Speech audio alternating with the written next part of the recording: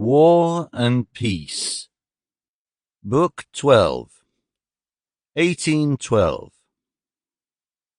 By Leo Tolstoy. Narrated by Peter Silverleaf.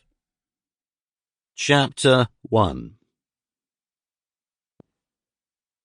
In Petersburg at that time, a complicated struggle was being carried on with greater heat than ever in the highest circles, between the parties of Rumyántsev, the French, Márya Fëdorovna, the Tsarévich, and others, drowned as usual by the buzzing of the court drones.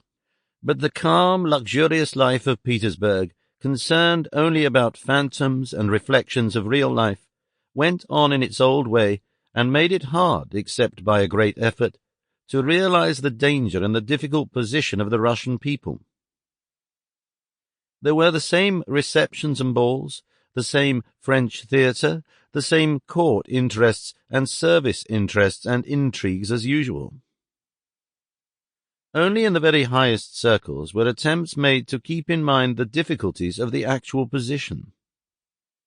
Stories were whispered of how differently the two empresses behaved in these difficult circumstances. The Empress Maria, concerned for the welfare of the charitable and educational institutions under her patronage, had given directions that they should all be removed to Kazan, and the things belonging to these institutions had already been packed up.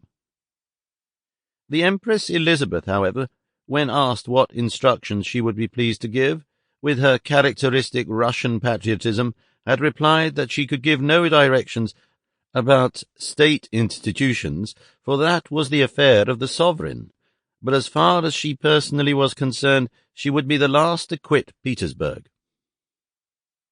At Anna Pavlovna's, on the 26th of August, the very day of the Battle of Borodino, there was a soirée, the chief feature of which was to be the reading of a letter from his lordship the bishop when sending the emperor an icon of the venerable Sergius. It was regarded as a model of ecclesiastical patriotic eloquence.